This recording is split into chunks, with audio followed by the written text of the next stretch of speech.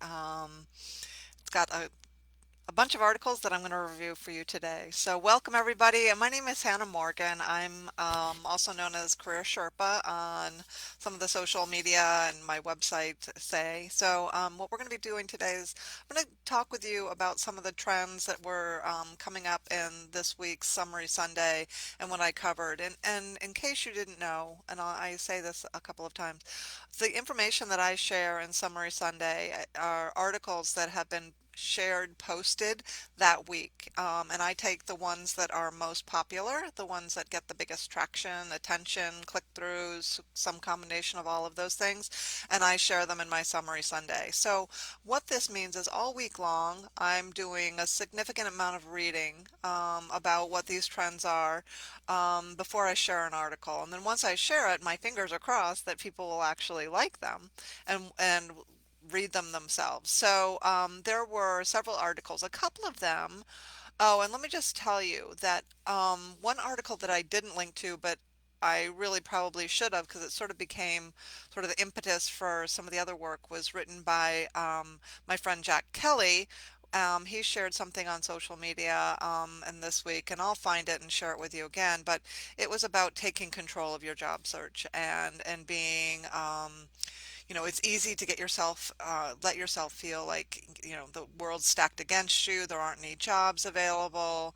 People are giving you the runaround. They're ghosting you. All of those things might be true, but it is how we respond to that and how we overcome that that allows us to be more successful in our own job search. So, one of the things that, and this phenomenon of people being ghosted, candidates being ghosted, job seekers feeling like they're being lowballed, all of that it brings back, it's almost like PTSD. It reminds me of the Great Recession back 2008, 9, 10, 11, 12, that range. We saw the exact same stuff happening. So for me, this is nothing new. And I think that there are some people who weren't really aware of what was happening back in those days during the Great Recession. So for them, this is brand spanking new. I guess the good news is that there are a lot of people going through this, and it makes me sad to have to say that, but you are not alone in what you are dealing with, and the difficulty that you are facing, whether you feel like you're being discriminated against because of your age or your color or whatever other factor there may be. Um, uh, that's whatever you think it might be, it probably is, or it's not. I would love to say that employers are discriminating against you because of your age. What is more likely the case is that because you are older, you are asking for more money and you are probably applying for jobs that are below you that don't require the full use of your skills. So if I'm an employer, why would I pay more money to get somebody probably doing something that I already have somebody doing in my company anyway? If I'm looking for Y role, why do I need to pay somebody more to do Y plus role? I don't. I'm looking for somebody to fit this role. Now, that's not the case in every company. Some of them may not have other more senior people, but in some cases they do. And so they're not going to pay you more money to do this lower level job. It just doesn't fit with their budget. It doesn't fit with their profile. And guess what they know? When the market opens up again and a better job comes along, you're going to be looking because you want more money. So they have been burned by this in the past, so you have to appreciate or at least understand why they are not choosing somebody who's super overqualified for a job, even if you are looking for less money, if you're willing to take less money. There's a lot of um, they've been burned and they've seen that happen. The other thing that you should think about is that your skills may not be completely fresh and up to date with what companies are looking for. I mean, if they've got a long list of skills, you certainly don't have to have all of them, but if you only have a few of them, that should be a warning sign to you that your skills aren't fresh and up to date. Your knowledge is not current. And I think that that oftentimes is a red flag for employers who don't want to hire somebody that they have to train. They want somebody to come in and hit the ground running. Can you blame them? These are weird times. They don't have time to invest in people to bring them up to speed. So, and if you're looking to switch jobs or careers or industries and move into say a new industry, that's similar. So you have to prove to them that you already have some familiarity with that new industry, with that new role, or that you've been making strides to gain that knowledge so that you are looking like a better fit. So anyway, that's some of the sort of weeding out that we see going on of overqualified people. So I just want to draw your attention that, this stuff has been going on for a while. We've seen it, we've seen it, we've seen it. And when there are a lot of unemployed people, the employers can be more selective in who they choose to interview. So that's the sad and good news. Anyway, so the first article that I shared was from Fast Company, and your comprehensive guide to searching during the pandemic. I would not say it's comprehensive by any means, but it does bring up some interesting points. First of all, if you're going to take your time, if you're going to apply for a job online, you absolutely have to invest more time researching the company, and it doesn't just mean looking at their website and press releases. You've got to dig deeper. Um, Look at the Glassdoor employee reviews and the ones on Fairy God Boss. The other thing they say is this Fast Company recommends is keep networking virtually. Even though we can't meet in person and network and attend events, it doesn't mean that you can't do that virtually. So just know that you still have a chance to meet people if you are seeking out those opportunities to meet new people. LinkedIn, there's a focus that Fast Company made on the importance of LinkedIn. And if you have not updated your LinkedIn profile in the last couple of months, this would be a really good time to invest in that. You want to make sure that your profile speaks to what you are currently looking for, what your current skill sets are, that it's robust, that you've got some recommendations, that you've got some thumbs up endorsements on the skills that you list, that the skills you list are actually current skills, and they're technical skills as well as hard skills. The next item is understand when to push, compromise, or let go. And this is a really good point. You have to be juggling multiple balls at the same time. So you may have applied for one job. You may have had a conversation with somebody at another company about a potential job, and then you may just be, having general conversations with other people. That's a lot of balls. But even you can't put all of your time and effort just waiting for one of those things to come through. You've got to be playing the probability that one of them will. So spread yourself out. I know it becomes difficult to manage, but you need options. And the only way you're going to have options is if you have put a lot of irons in the fire and that you know when to push, when to compromise. Okay, I've spent a lot of time on this. Let me move on to another. Or I haven't heard back. I've tried reaching out to them a couple of times. Maybe nothing's going to happen there right now. Let me move forward with something else and put this one option as a tickler to call back in a month. And then sometimes if you're waiting to hear back from an interview and you've reached out a couple of times and you haven't heard back and you haven't heard back, stop. I mean, it might be a job that you're really interested in, but if they're not getting back to you, there's something going on their end that they've got to figure out. So they will get back to you, and if you don't hear something in a month, then go ahead and follow up. But they're just people get themselves all worked over things they can't control. You can't make somebody respond to you. You can do your best to remind them, but many of them just will not respond. You have to figure out when it's time to cut those losses and move on. The last point in this Fast Company article is about checking in with yourself. These are really stressful times, and you're going to need to want to make sure that you're gonna. I'm just looking now to see that Marina, you can hear me. Michael, can you hear me now? Hey Jody, good to see you. You guys can all hear me now? You can hear me? All right. The thing to remember is that you own this search, is up to you, and you want to put forth an effort, and you don't want to get sidetracked by some of the drama that plays in your head, right?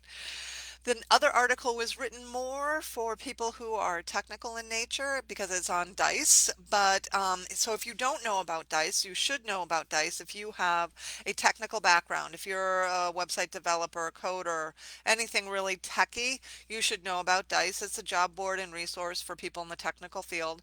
But there's some interesting pieces of advice in here that I think, even though you may not be in the technical field, if you look at overall point of what they're saying, it makes sense for you as well.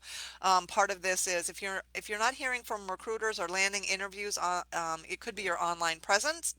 In other words, do you have outdated photos or outdated stuff that you have posted on there, not making you look like you're current? Or have you used technology online? Are you in your profiles, LinkedIn specifically? Are you referencing obsolete technology on your resume, LinkedIn profile, and anything that you're talking about? So, um, those could be reasons why recruiters are not interested in you if they're looking for somebody with current skill sets. So you control what employers can see publicly, and that's by what you post on LinkedIn, it's by what's in your profile on LinkedIn, it's what you post on other social media like Instagram or Twitter or whatever that is.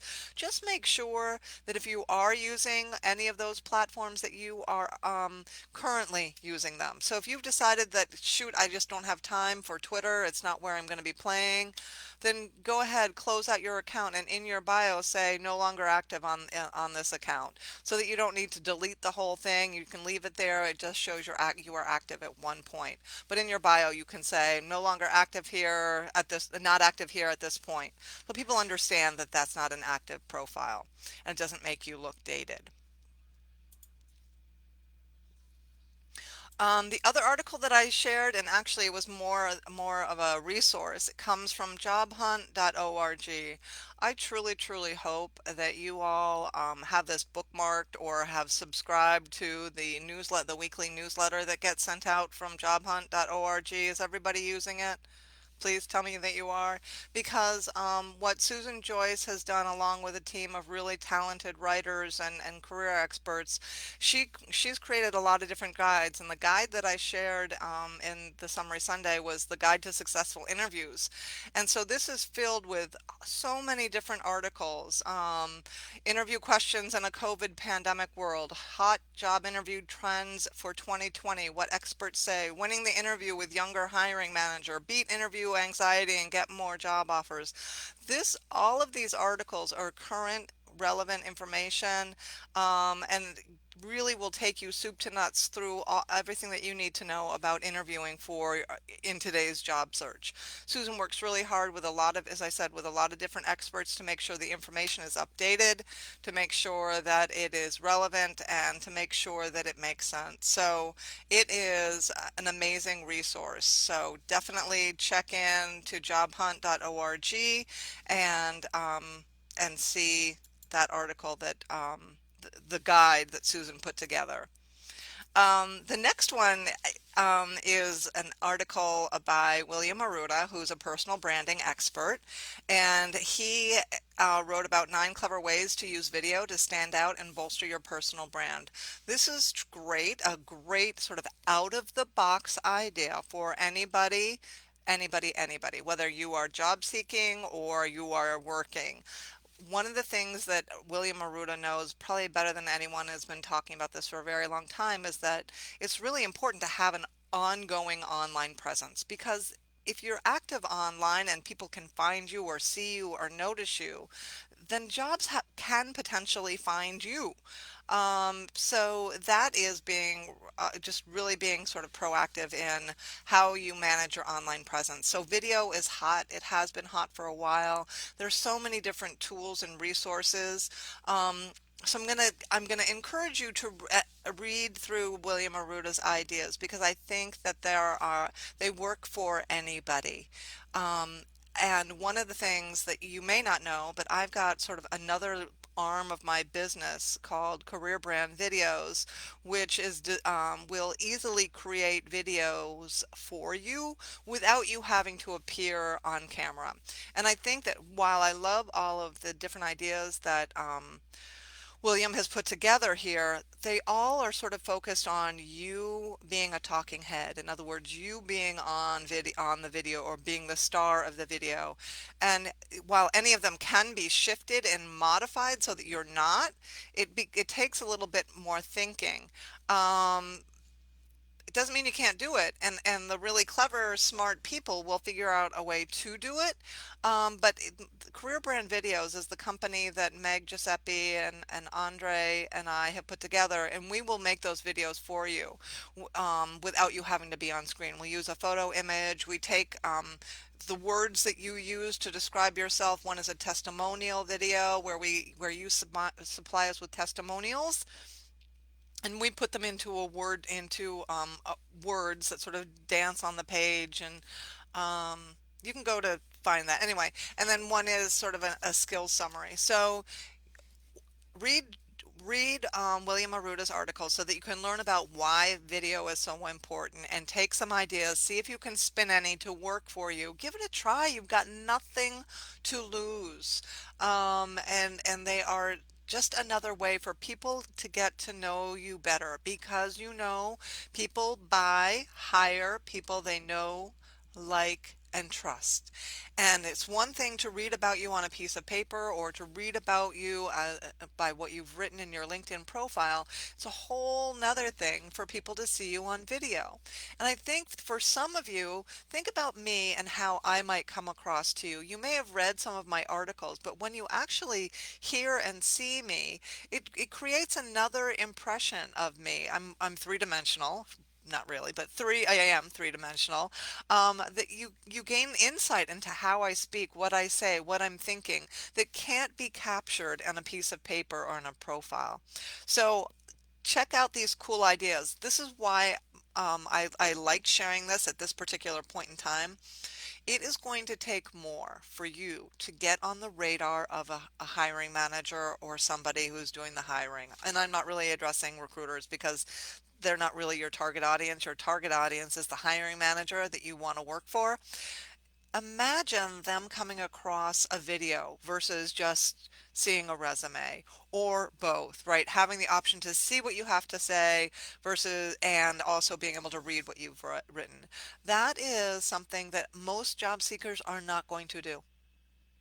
And so if you have done it, imagine that might work. That could be the reason why they haul you in, call you up for an interview.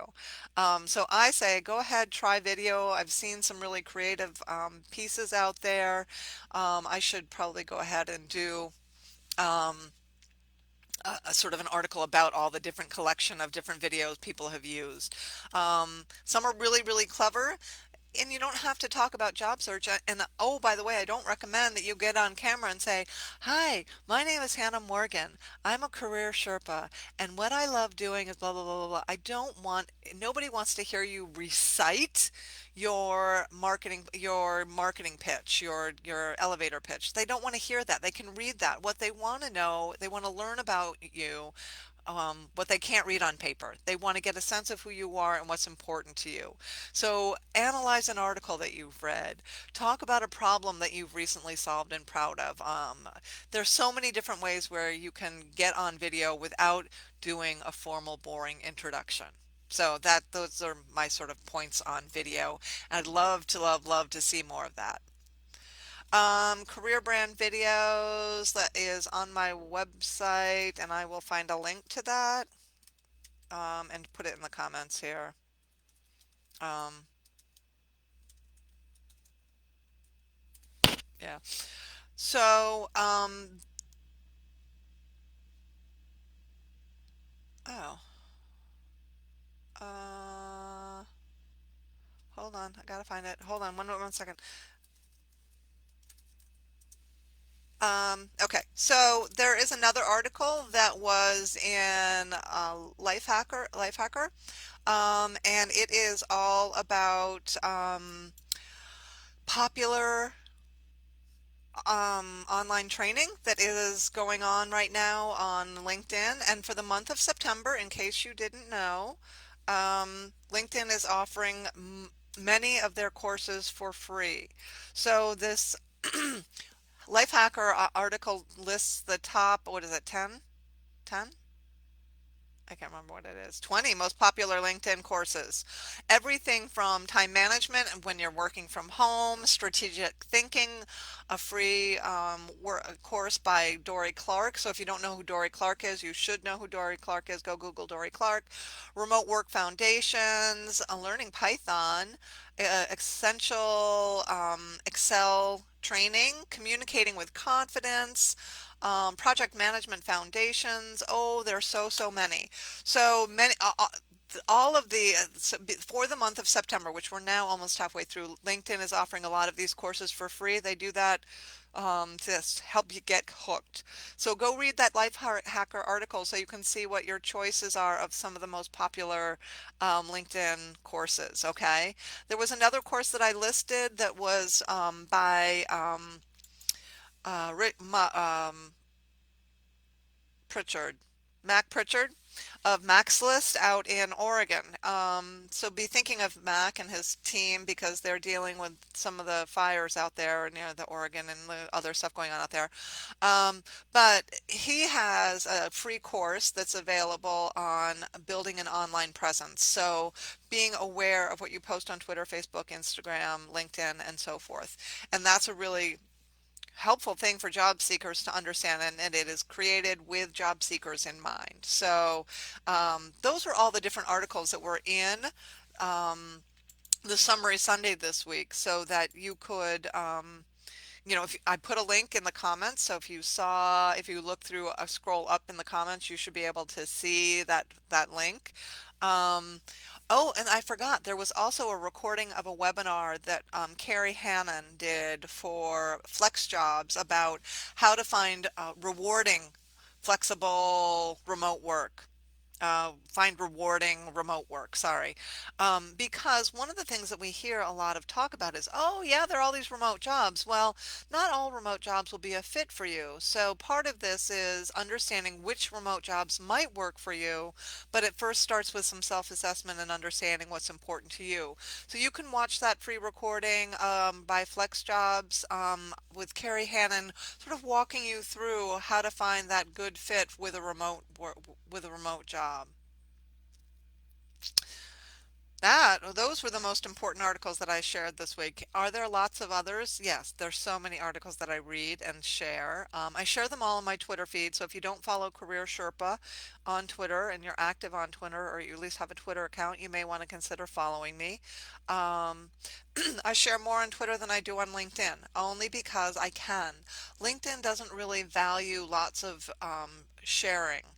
So I generally will share one sort of post on LinkedIn a day, sometimes every other day. But on Twitter, I'm sharing 5 or 6 articles a day. And that is because I can. That's how the Twitter method works. You can share a lot of stuff per day. And I want to give people lots to read and lots of ways to find stuff. So follow me on Twitter if you're not following me on Twitter, and you can find a lot more of the articles that I'm sharing. The other thing that I wanted to just put out there, in case you hadn't heard, this week on Thursday will be the first offering of the Take Control of Your Job Search, Creating a Personal Marketing Plan. It's a webinar that I'm giving. So I'm offering it this week on Thursday or next week on Wednesday. They're both offered from noon, starting at noon to 1:30. There is a fee for these webinar for that webinar. It's $35, which certainly won't break the bank for a lot of people. But I did want to just put that out there. I have in the works right now another webinar that I'm going to be offering. It's more of like it's a free webinar that I'm going to be offering later in September. And so as soon as I have that finalized, I'll start getting the news out there. It's about motivation and how to stay organized and feel productive during your job search with tons of tips and tools and ideas. So that will be coming up later in September. I know, like in my neck of the woods, upstate New York, we are just headed back to school, and I think September is such a good month to get ourselves back into a routine or ritual for how we are managing our time. So I am finding it easier to sort of hunker down and do more work now that life is less free flowing during the summer months. And so I hope you too are able to hunker down, build back up your schedule, sort of get to getting the job search work done and being productive. So that's what I'm hoping. Are there any questions that you all have based on any of this week's Sundays or any of the things that you have going on in your life right now and your job search situation? You can certainly type it in the comments and I'll be happy to respond. Anyone have any questions, thoughts, ideas?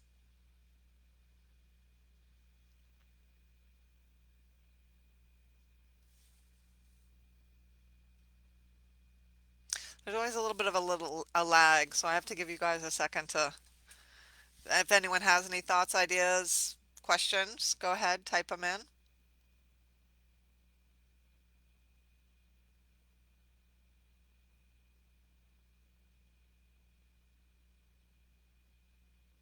Anything?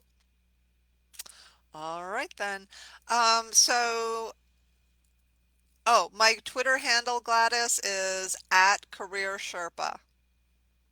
Career Sherpa, just like my website name, Sherpa, at Career Sherpa, all one word. Any recommendations on following up if you don't get an interview? So Carla, that's a good question. And so I don't have enough information, but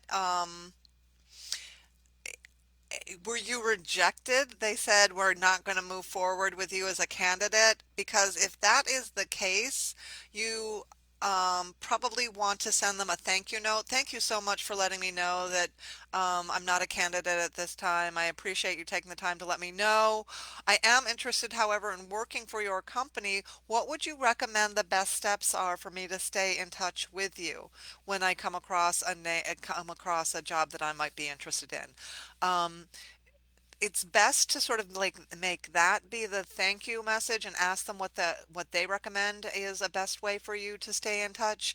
I don't recommend asking why you didn't move forward because generally it's just not going to be helpful to you at this point unless you have a really good relationship with somebody inside the company. They're not going to tell you why. They'll just say, well, we decided to move forward with another candidate, and that's probably the extent of it. It's sad and I'm sorry that you didn't move forward, but if it's still a company that you're interested in, definitely let them know and tell them specifically why you are interested in that company. So it could be that, you have done work with them in the past as a client or a customer or whatever that reason is. Give them a tangible reason as to why you are really interested in working for them and ask them what they recommend the best steps are to stay in touch should another job open up.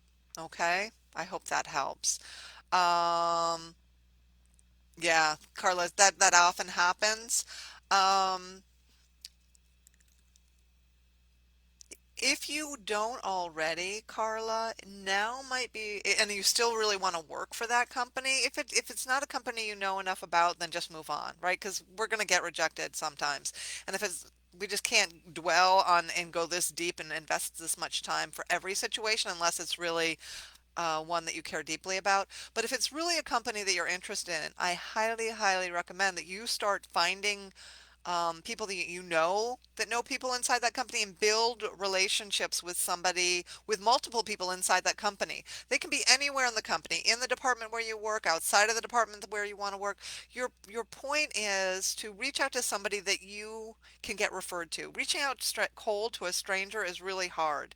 And I think somewhere I shared an article. I don't remember where. I've got to find it.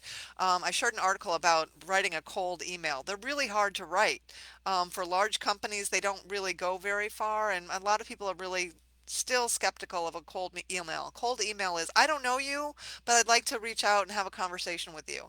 That's scary. Wouldn't you feel afraid? I mean, I think there are some people who might do it, but you're much better off writing an email that says, I was talking to my friend Susie, and Susie recommended that I reach out to you because you're somebody who might be able to answer some questions for me about your company. It's a company that I've been following for a while now, and I just have some questions I'd like to ask you about what it's like to work there. That is much easier. And that's a warm email because that's a referred. I'm referred. I'm using Susie's name. Without that name, it's really, really hard to get people to respond. So get that referral. So what you should be looking at now is go to LinkedIn, look at all the people who work for that company, find all the second level connections, and then you're going to reach out to all the people the first level connections that you know and say, hey, would it be possible for you to introduce me to so and so? Do that 3 or 4 times and see if you can get an introduction. And again, you can have more than one contact inside a company. When you have had a conversation with somebody inside the company, they're going to provide you with valuable information about what it's like to work there, what they like about working there, what they don't like about working there, maybe even how they got their foot in the door there. And that starts the beginning of a relationship, right? It's not the end of a relationship, it's the start of a relationship. So you need to stay in contact with that person who's inside the company. But the other thing is you need an advocate, a referral source, a cheerleader, or somebody who can be an informant, somebody who can tell you what's going on the inside. So if you had that informant, that inside contact, and you didn't get the interview, you could go to your contact and say, ugh, bummer, I just got a message from the HR that said that I'm not moving forward they decided not to move forward with me as a candidate. By the way, do you know anything about what's going on with that job? Are they moving forward with anybody, or was it just me and my skills? That you can ask of an informant, somebody you already know inside the company, but you can't ask that question of HR and you can't ask that question of a stranger because they're not going to know, they're not going to care, they're not going to want to. But somebody that you've known and developed a relationship with will. This is why it's so important to network. This is why we need to start building those relationships now, well in advance of a job being posted, so they can be that advocate, informant kind of person. So that was probably more of an answer than you were asking for, but it was a great point. Thank you. Um, Bobby asks, are employers taking a long time to get back to after thing or get back after things like phone interviews and submissions? Absolutely. And that's not nothing new, Bobby. Um, even they have a it depends on who's doing the hiring and it depends on lots of different factors. It's not unusual for it to take a long time for the recruiter or the hiring manager, whomever, to get back to you. There are steps in this process. So if I'm in recruiting, I would send the resume or the pile of resumes to the hiring manager. The hiring manager has to review them and then gets back to me, the recruiter, with these are the 1 or 2 people that we want to talk to. Then I have to find time in my schedule between all the other things that I'm doing to reach out to those people that the hiring manager wants to see. So a lot of times that lag time, that delay is based on how long it's taking the hiring manager to get back to you. If they are a full-time recruiter and they are managing their job, they probably have 4 or 5 or more other jobs that they're trying to fill at the same time. So they've got to review all the resumes that came through, all of them, and make a determination as to who are the most important ones or the ones they want to talk to. And then they have to reach out. So that doesn't happen in a day. That could take a couple of days. It could take a week. It could take longer. We just don't know what's going on their end, and so that's why it's so important that once we have applied, that we follow up, we work with our inside connections to find out what's going on, how urgent is it that they want to fill this job. But we cannot wait. We've got to keep moving forward because if we put all of our eggs in that one basket and rely and think, oh, this is the perfect job, I really want this one, I don't want to look for anything else, that's crazy. That's not going to work. So you need to do your due diligence, follow up with the people you know inside the company, and move on because it is going to take a long time. I remember before the recession, it was even taking a long time. Before we hit COVID times, it was taking a long time. The average time to fill a job was 35 days, 35 business days, the average time. Companies have a lot at stake here. And they want to make sure that they're moving forward with the safest candidate. Hiring is really risky. It's very expensive. They don't want to make a bad choice. So they're taking their time, hoping that somebody better might come along or whatever they're hoping. So yeah, it's taking a long time. The companies are gun shy about hiring the wrong person.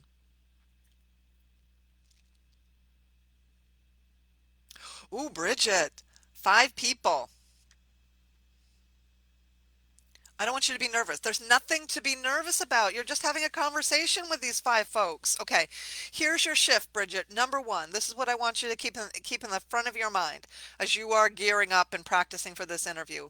Your whole purpose of this Zoom interview tomorrow is to determine whether or not you want the job. Do you want this job? There are a lot of questions you need to ask to find out whether or not you want the job. Is it good enough for you? Are they good enough for you? Are you going to like working there? So you need to ask questions that are going to get to the root of what this job is like and whether or not it's going to be a fit for you. More important than that, right? That's first and foremost, not more important, but that's first and foremost. Second thing that you need to do is nail your answers. You can start practicing now. It's a little later than it should be, but I want you to know how to answer. Tell me about yourself for this interview. It's 1 minute. In 1 minute, what is the most important thing that you want these 5 people to know about why you're interested in this job and why you're qualified? 1 minute. Nail that. If you nail that one thing, there's very little else you need to worry about during the whole interview. All the other answers are going to come. But the thing that you should know is, do you have a star story prepared for every requirement on the job? So one of the job requirements might be must be able to work with a cross-functional team. Do you have an example of a time recently where you worked with a cross-functional team? Put that into a star story, situation, task, action, result, and then you're good. So you shouldn't be caught off guard by any of the questions they might ask you because you know what the job requirement looks like, right? You've seen the job description. You want to give them proof that you can do everything that they are looking for. Not everything, but the things that you've got, right? So don't worry about it. You're going to nail this. You're going to be great. First, work on the answer to you know, tell me about yourself. Why are you interested in this job? Whatever, however they open the conversation. And second of all, make sure that you have star stories for all of the job requirements. And most importantly, just be the best version of you possible. Lighting, wear a top that makes you feel good. Just create the right environment for you to succeed. And a lot of that goes to being prepared. But more importantly, do you want this job? What are the questions you need them to answer for you? Write those questions out right now so that throughout the course of the interview, the conversation, you'll answer a question and then you can ask them a question. Okay? So be prepared. Know that you're going to do great. Love that. You're going to be great. All right. I think I've answered the questions that I've seen. Were there any other questions that I should answer? I think that's it. Hey, um, it is 12:37 on Monday. I want you all to have a great week. Be on the lookout for my free webinar, which is coming, I think, that last week of September. I'll be sharing information about it. It'll be free. And then also, please, if you know of anybody that needs help with their job search and they need help creating a personal marketing plan, or you need help creating your personal marketing plan, $35 is the workshop on this that I'm offering online. Take control of your job search, how to create a personal marketing plan. And that's Thursday this week or Wednesday next week. So have an awesome week. Make it work for you all. Take control of this. This isn't so bad. You can do it. You've got it. Go get them. Have a great week.